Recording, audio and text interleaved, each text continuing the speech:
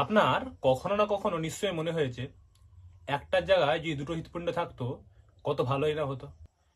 যদি একটা বিকল হয়ে যেত অন্যটা সেটা সামলে নিত। এমনটা কিন্তু একটা প্রাণীর আছে, দুটো নয়, তিনটে আছে। হ্যাঁ, ঠিকই শুনেছেন, তিনটি হৃৎপিণ্ড আছে।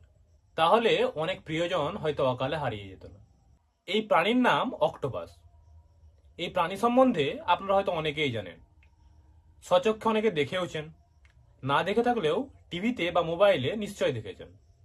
এদের শ্রেণীবিন্যাস যদি দেখি, এটি মোলাস্কা পর্বের অন্তর্গত সেফালোপড গোত্রের একটি প্রাণী।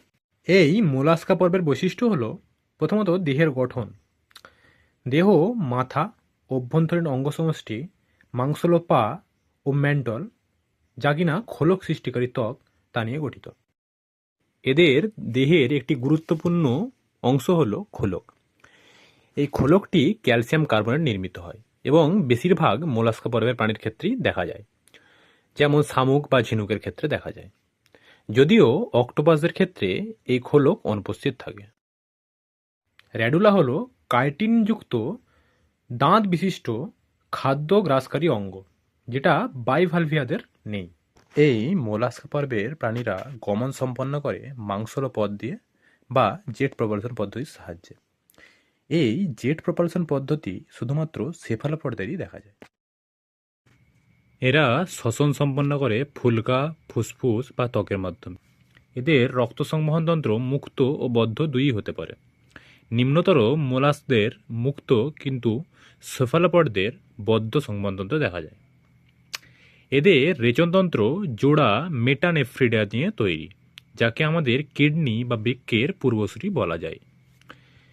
এরপর স্নায়ুতন্ত্র নিয়ে যদি বলি, এদের স্নায়ুতন্ত্র জোড়া স্নায়ু ও গ্যাংলিয়া নিয়ে গঠিত। অক্টোপাসের মতো উন্নত সেফালোপডদের মস্তিষ্ক ও চোখ জটিল ও উন্নত হয়। এবারে প্রজননের ক্ষেত্রে এরা সাধারণত পৃথক লিঙ্গ বা হেটারোসেক্সুয়াল ও ভিন্নবাসী বা ডায়োসিয়াস হয়। ভিন্নবাসী বলতে যখন দুটি আলাদা আলাদা শরীরে দুটি আলাদা আলাদা লিঙ্গ থাকে, যদিও কিছু ক্ষেত্রে উভলিঙ্গও হতে পারে। এদের জননের মধ্যবর্তী দশায় ট্রোকোফোর বা ফেলিজার লার্ভাসা থাকে।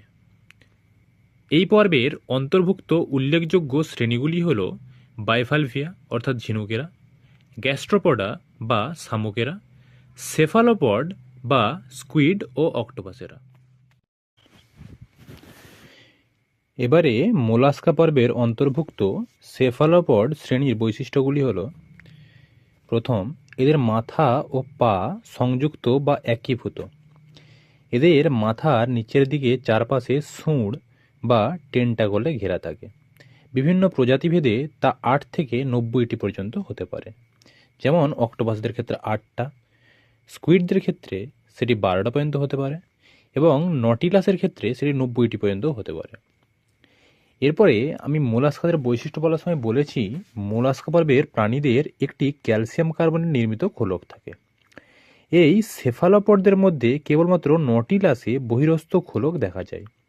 স্কুইড ও কাটলফিশে অভ্যন্তরীণ খোলক থাকে এবং অক্টোপাসে একেবারে অনুপস্থিত। এদের গমন পদ্ধতি বেশ আকর্ষণীয় ও কৌতূহলোদ্দীপক। এরা ম্যান্টলের সংকোচনের ফলে জেট প্রপালশন পদ্ধতিতে গমন করে। এই জেট প্রপালশন পদ্ধতি নিয়ে পরে বিস্তারিত আলোচনা করেছি। কিছু প্রজাতিভেদে ফিন বা শুঁড়ে বা পায়ে বা টেন্টাকলে করে হেঁটেও এরা স্থান পরিবর্তন করে। আমি আগেই বলেছি, নিম্নতর মোলাস্কাদের ক্ষেত্রে মুক্ত রক্ত সংবহনতন্ত্র থাকলেও উন্নত মোলাস্কা অর্থাৎ সেফালোপডদের বদ্ধ রক্ত সংবহনতন্ত্র দেখা যায়, যা অন্যান্য মোলাস্কদের থেকে আলাদা।